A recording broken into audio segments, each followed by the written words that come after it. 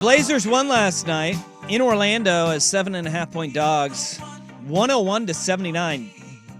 Beat the living brakes off the Orlando Magic. That was such a weird game to watch because you watched the game and you said, boy, there's a lot of missed shots on one end of the floor and not a substantial amount of made shots on the other end of the floor. No. For Portland. Portland played well, and they played well on the defensive end, but they end up winning that game, and Orlando failed to score more than 21 points in a quarter. They scored 21 in the first and did not score over that the rest of the game, and the Blazers ran away with it in that second half, especially 101-79. That was quite the game. It was 54-40 in the second half. Yeah, and let me preface this by saying the Blazers played well defensively. They did. Like the 23 defensive steals? playmaking stuff. 14 steals. 14? Yeah, if you're looking at the ESPN, the ESPN thing. The is ESPN feed wonky. is so jacked up. 14 steals, 12 blocks. That's a good day. Yeah, when you've got 26 stocks, that is a hell of a night. Damn. Now, was that all their defensive impact? No, because Paolo Banchero played the worst game of basketball I've ever seen him play. That was rough. It looked like somebody snatched his body. And you go, yeah, the Blazers had some stuff to do with that. And the big thing was Jabari Walker ripping him 5 times. He had 6 steals of the night, and I'm almost certain all 5 of Paolo Banchero's turnovers were as a direct result of Jabari Walker. But this is something that, as Which I was watching the crazy. game and saying, like, yeah, Paolo Banchero's shots aren't falling, but at the same time, they looked so uncomfortable playing alongside each other, Franz Wagner and Paolo Banchero, and that was Franz's return from that oblique injury that's kept him out for... He was on a 20-minute minutes list, or minutes restricted, ended up going to 24 minutes, and he balled. But he looked very uncomfortable, like Paolo Banchero looked like he just did not feel that he was in a rhythm, or he started forcing shots up that you're like, this isn't the guy that we've seen the last year and a half of him playing basketball in the NBA. No, there was a lot of things going on. Number one, the book is out on the Orlando Magic. Go under every single thing that they do offensively.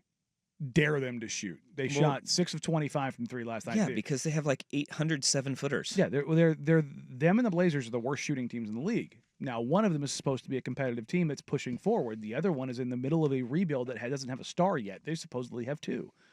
What you saw last night was and it's not the thing that's like, it's going to break them, but it's the thing is absolutely going to prevent them from progressing forward. It's their inability to shoot. Mm-hmm. Because the game last night, as bad as the Magic were, and I just tweeted this out a little bit ago because I wanted to know how bad the Magic were last night. In the three-point era, so since 1979, 1980, 1,236 times. 1,236 times. Okay. In 44 years. A team has shot under 35% from the field and under 25% from 3. Okay. 26 times in NBA history since the advent of three-point line, they have won. And that's what the Magic did last night. So their chances of winning were non-existent. Yeah. They did not win the game. They did not win. They lost 101 so to 79. For everybody's like, the Blazers should have lost that game. Do you know the level of suck they would have had to... The Wizards might have beaten that Magic team last night. Well, let's not get over our skis there. They were horrendous. Yeah, they were. I mean, it was an abomination of basketball. That was it. It was a very ugly game, and no Cole Anthony. Did that play a factor? Sure, he's a guy who's going to space the floor out for you. The difference in this game, yes, the Blazers played very good defensively. It might have been their best defensive performance of the season. All those things. The difference in the game was one of them had a player that could hit threes. Anfernee Simons. That is the literal difference in this game. Ant goes out there and knocks down 3 of 6 threes. That's it. He's the guy that goes out there and scores. He's the guy that gets downhill. He's the guy that hits a shot when you need a shot to be hit and stretches the defense out. Okay. Well, he hit shots. I guess, Blazers won 3 in a row, which is not good if you're tanking. No. But it is what it is. they've been playing better basketball. Full stop. They've been beating teams that are better than them, and they've won 3 games in a row. Scoot Henderson, and I think this is one part where you go, maybe a little bit discouraging. The young guys who like on this season, you're like, hey, you want to see growth, development from young guys. Scoot did not play well. He fouled out in 14 minutes of play. And here's the thing. We talked about this on the post-game show. Scoot, okay, number one, I was surprised that they made the lineup change in the sense of the corporate investment, if that makes sense.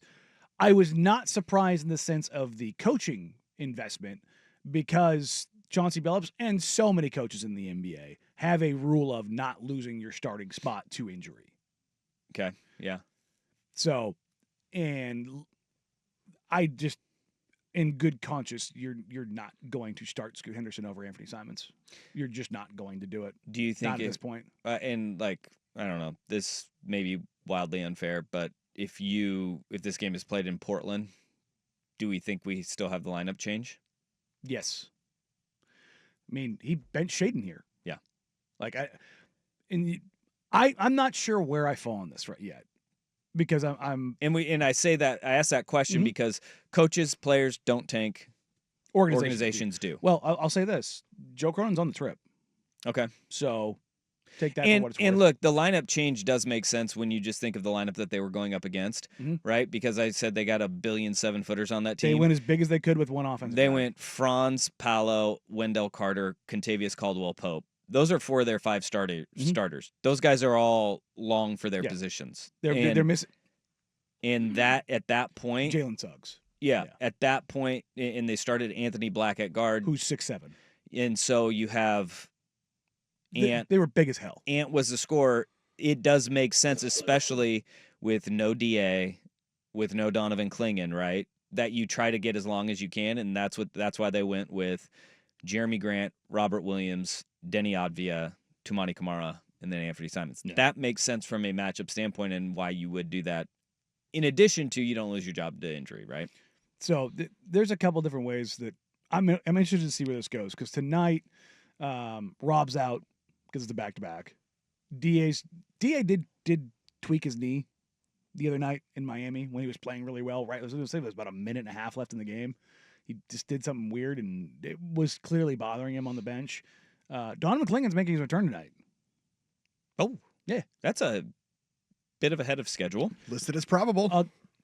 A game ahead, because I expected him to play against Oklahoma City, but Oklahoma City is a really tough matchup for him because they don't really have anybody for him to guard on most nights because they play like a 6'7" center who's going to run him around and just drive him ragged. We saw that earlier in the season.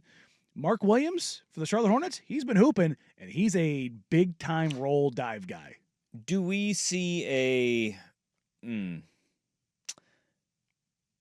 They're not tanking the right way, right? But we've talked about the ethical tank. That's clear. Yeah. They're not succeeding at tanking right now. And that is going to be of concern come May.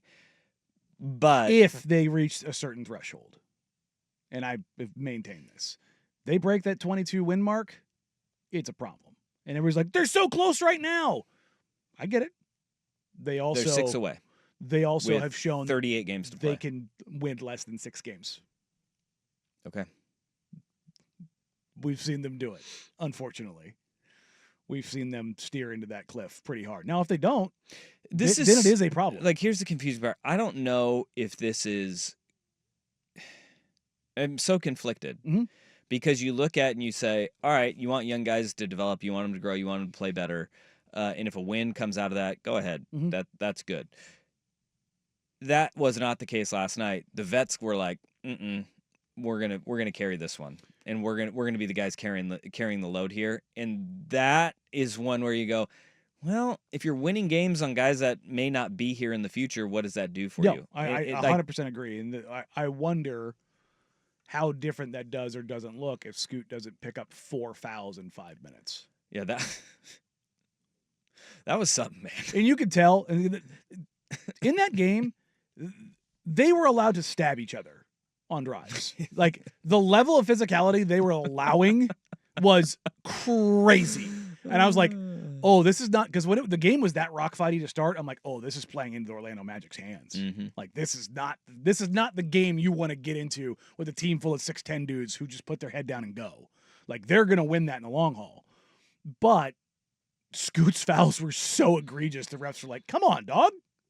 Can't do that. What are we doing? Like, what are we doing? So I look at that as a learning thing for him. But yeah, I definitely was a little surprised by the lineup and Scoot's reaction by picking up that many fouls. When he came back in for his last rotation, Joe Simons said, he goes, I'll bet you a Buffalo nickel that when it's all said and done, Scoot's the leading scorer tonight. I go, he's going to foul out before the 4-minute mark. I think he came in with like 7. And it wasn't a shot at him. It was... No, it's just the flow of the game the way he was playing. And it was not even that. He had sat for so long with his 5th foul. For the most part, refs don't foul guys out when they're on 5. They don't. Like, you just end up... Like, they know. Like, unless you do something egregious. But when you're sitting for that long, they lose track that you're on your 5th foul. And he was already crossed the line so many times that basically they were like... Habitual line stopper. And he undercut a guy. And you're like, bro, which is cardinal rule number 1. You don't do. Yeah, and it's like, and what sucked was he throws an absolute dime to Jeremy Grant on the possession before. Right hand drive, live dribble, picks the ball up, rips it across his chest through the defense, right into the shooting pocket to Jeremy Grant for 3. And I was like, oh, that's a pretty pass. Before I can press send on the tweet. Boop. And I'm looking down, and Joe goes, there's 6. And I went, you're kidding. I thought he was trolling me because it was so quick. And it was like, oh, all right, here we go. But I'm interested to see tonight. I think that my reeling suspicion is that a message is sent tonight. And you might have the great suck-off of 2025. Would this be a game that they're projected to win in the net and they lose? I think so. Okay. Because they've been picking up games that they've been winning 2 in a row. They were 7.5-point dogs, the Magic, yesterday. Yeah. Well. And they were 6-point dogs to the Heat. Yeah. The great suck-off. Don't bet on the Blazers. It's a bad... No, don't. In thing. any way, shape, form, or capacity. Over, under, money line. Do not touch Don't do it. Just don't do it. If you look at the Blazers with Vegas in basically everything, they're awful. If you guys are going to suck hard. That part. Yeah, go ahead, do that. Do that.